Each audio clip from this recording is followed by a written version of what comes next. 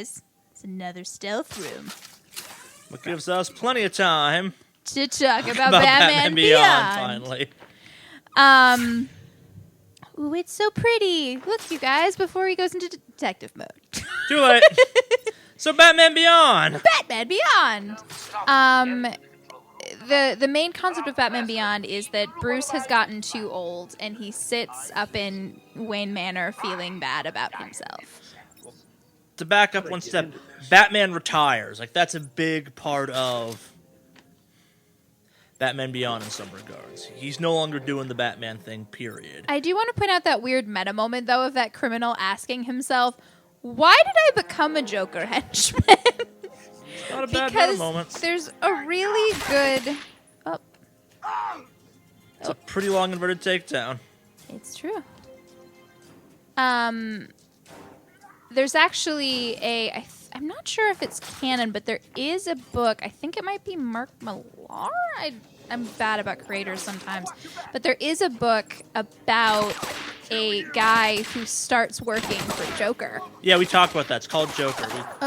We've already talked about that a couple times, actually. And I think the problem with this game, which we've talked about a little bit, is that there's only so many criminal body models, as it were.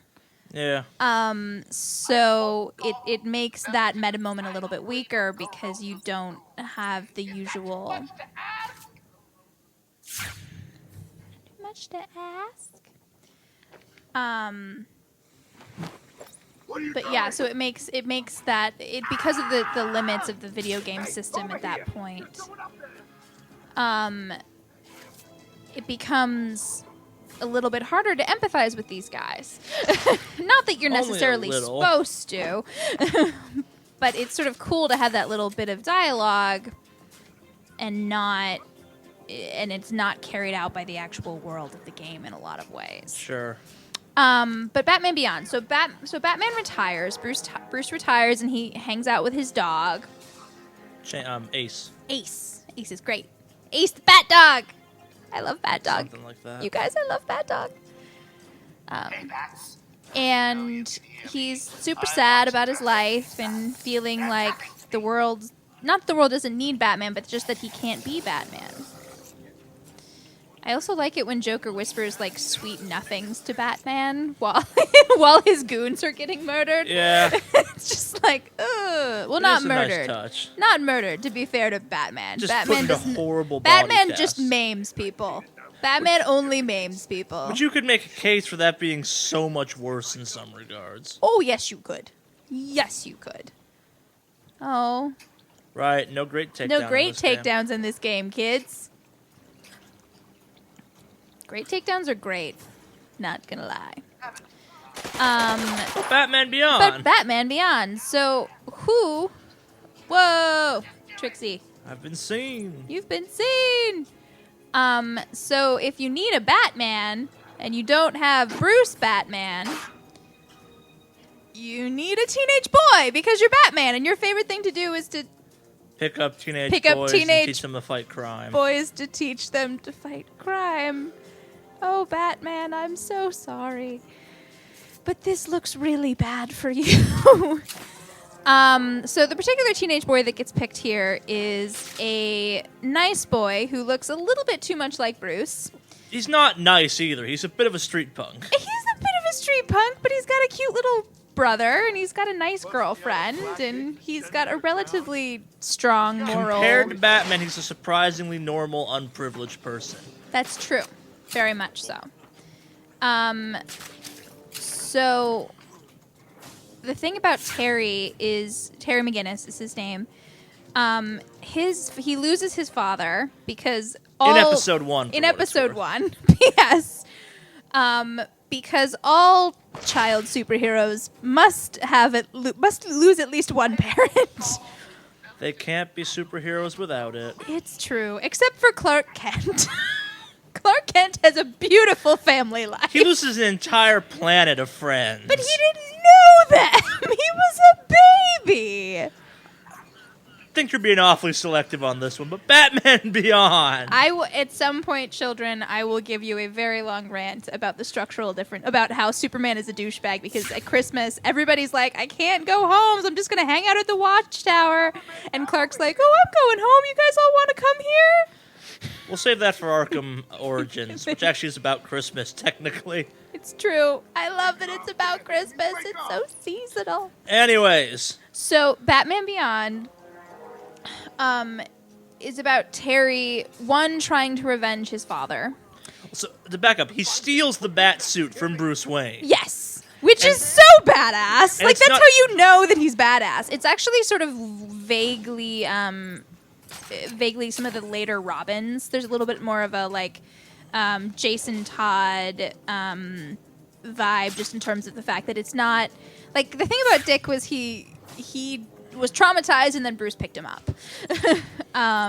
But there's sort of a weird punchiness to Terry that I really like. Well, he's edgier, if that makes any sense, and not in a teen with problems kind of way. Just did not live a privileged life like Bruce got to, and as a result, actually a pretty interesting character by comparison. Absolutely. And the supporting cast is really strong. I'm a huge fan. They have this sort of cool, tech-aware girl that is sort of the first one of Terry's friends to figure out that he's the new Batman. She's technically the only one that ever really figures it out. That's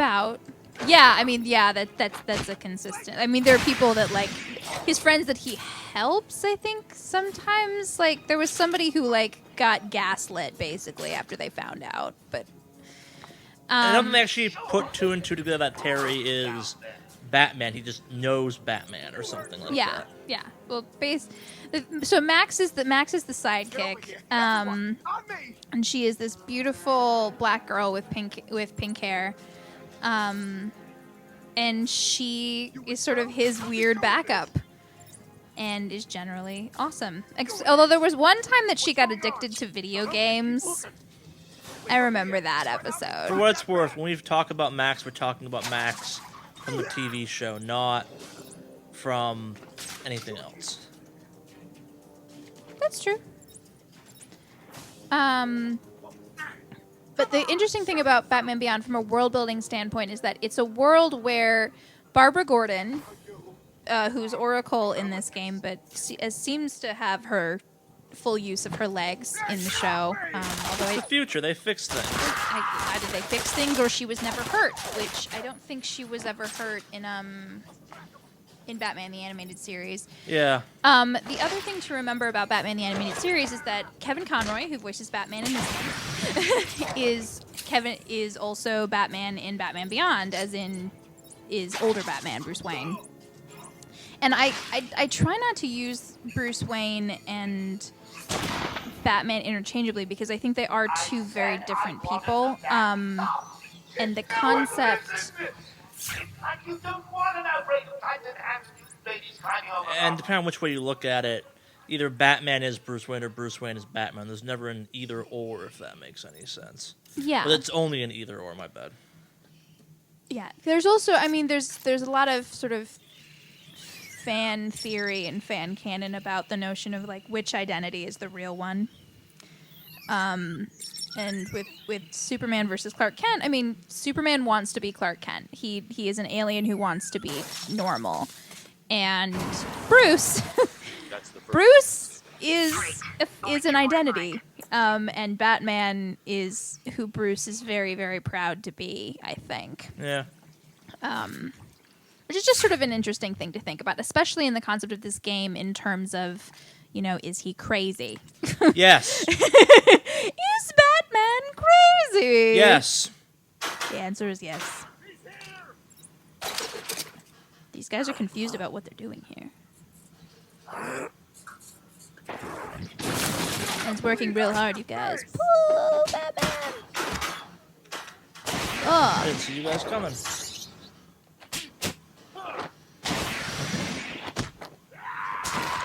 I would feel super gypped if I was an inmate in this asylum and I didn't get a knife or, like, a gun.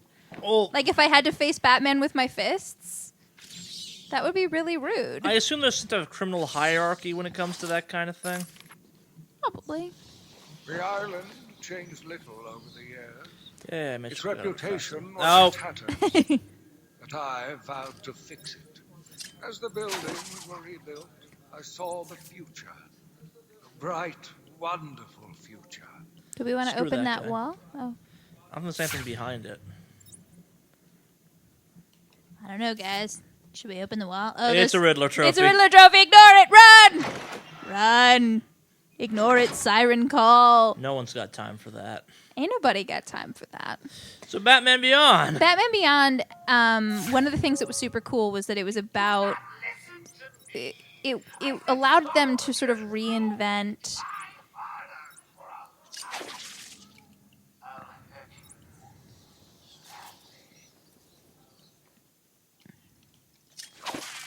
Good motivational speaker in there, Joker. I was going to say, Joker, that was less creative than you usually are. I like to think by this point in the game he's a little tired. he's a little tense, if that makes sense. He understands little cranky. Batman's on to a big chunk of the plan, and there's only so much he can do if that makes any sense. He's making you look stupid.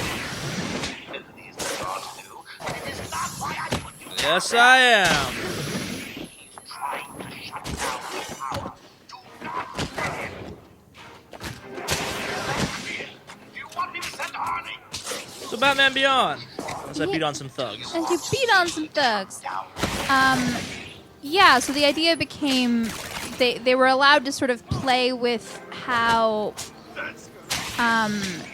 the notion of Batman in the future worked. And the thing is that, like, when you have flying police cars, what does a supervillain look like? And one of the things that they did that was really cool was they would reinvent sort of older, flashier concept villains. Like, the easiest one I can think of is the Royal Flush Gang. And they are originally Batman villains, for what it's worth. Yes, absolutely. But the thing is that they did this very heavy redesign, and they had them on these sort of like Silver Surfer-looking hoverboards. They were flying cards, though. Yeah. They were hoverboards that looked like cards. Cards don't fly, Charlie. Whatever. And there was this sort of Catwoman-esque daughter. Catwoman, Felicia Hardy, blah, blah, blah, blah.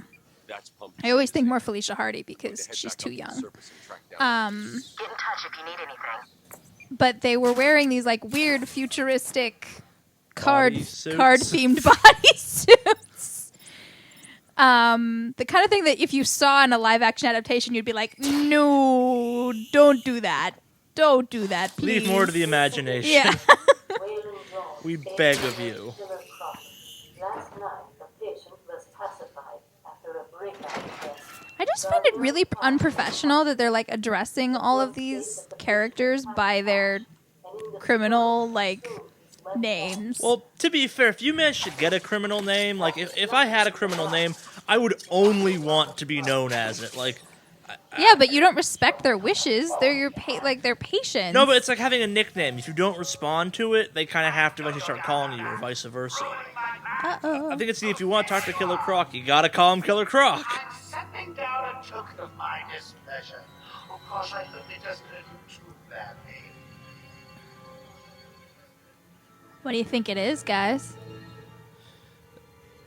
What do you think it is? So, we've already touched on my favorite sets of enemies in the game, and this is my favorite kind of generic mob fight, for what it's worth, because of how interesting it's done in my book, and how it gives you a lot of fun with what happens next. Oh dear. Hello, friend. Good job, Batman. So, Batman Beyond. Batman Beyond! And if you notice, guys, just from a theory/tactic standpoint, you want them to hit those weird, scary force walls. We just want to beast on them. Or you could beast on them. And there's lots of people, and you can ride those guys. We've shown that already, actually. You can ride them. Yeah, so the thing about Batman Beyond is that it's cool because a lot of the Robins have this psychology of sort of trusting Bruce and being very like, oh, holy holy clue, Batman. But the thing about Terry was Terry did not agree with a lot of Bruce's decisions. So it becomes very edgy and interesting and sort of about, vigilantism and about how you prioritize. And in some regards, it actually goes back to the more vigilante roots, if you will, of Batman. If that makes sense. Yeah, especially because it's Batman without contact with the police, without working with the police, because Barbara Gordon, who runs the police, is sort of she knows what's going on. I mean, she was Batgirl. She was Batgirl. She understands Bruce and his little gang of freaks. Yes, and there's this great moment of her sort of being like, "I know what you're doing, Bruce," and he's like, "I don't know what you're talking about." But they have these great sort of Tinker Tailor Soldier Spy conversations where they're sort of walking around and Bruce. It's worth noting. We mentioned she goes on to become commissioner of the police, like her dad. Yeah. Which is sort of an interesting concept because, we've talked about Babs a little bit already, but the fact that she chooses to be a vigilante is a very weird thing for her dad. And her dad the fact she kind of rejects the whole vigilante stuff is pretty interesting. Yeah, and I think that's the weird thing about Batman Beyond, is that it becomes sort of about how did we get to this point. And it's very cool because a lot of the major villains for Batman Beyond were very weird and conceptual. There were AI intelligence, artificial intelligences and human ink blobs. And human ink blobs. He was a big one. She was a big one. I apologize. Yeah, she's one of my favorite villains of all time. Ink spelled funny. But on the same time, it was a Batman that dealt more with, like, crime, if that made any sense. And, like, thuggery at the end of the day. Yeah, because I think it was less about costume villains and more about it was kind of Buffy influenced because a lot of it was tied to his high school in a really interesting way. Some of it was. As the show went on, it got more. It got a little bit broader. Yeah. But they have. The other one that keeps coming up a bunch is Spellbinder. Not my favorite villain, but an interesting one nonetheless. Yeah, and I think the interesting thing about him is that, like, I'm always really interested in the notion of how to do magic in the DC universe, because I think, especially in the Batman world, because, like, how as Batman do you fight a magician, Well, they've done it several times before. They have. I think it's... The problem is that from a narrative standpoint, we have to be very careful because just like when we talked about the idea that Batman shot a gun backwards through time, like you're just like, this doesn't feel like Batman at all. Bright new minds came, and all swore to uphold our promises. We all knew we were the ones to fix this city. And the city would thank us. Okay, Rorschach. Whee! Pretty much. Good job, team. Did we mean to do that? I'm assuming we did. Yes, I did. So Batman Beyond, anyway. Batman Beyond! So Spellbinder is sort of this master illusionist. Well, to back up one step, remember, this is DC. There are people with genuine magic, like the demon Armagon, whatever his name is. Aragon shows up. He's the best, you guys. Can I talk about Aragon? Because we can talk about him after. Oh my god, I love him. Also, he is one of the best characters in sort of weird team-up shows, like Batman Brave and the Bold. He's great. Finish with Batman Beyond first, yeah. because we don't jump thoughts too much. Yeah. We do that a bunch. Sorry. We love you guys so much. We just get so excited. I need to stop now. Ooh, pretty I view. think she's still in the gardens where you left her, but she'll be in control of it now. You'll be walking into a trap. That's what she thinks.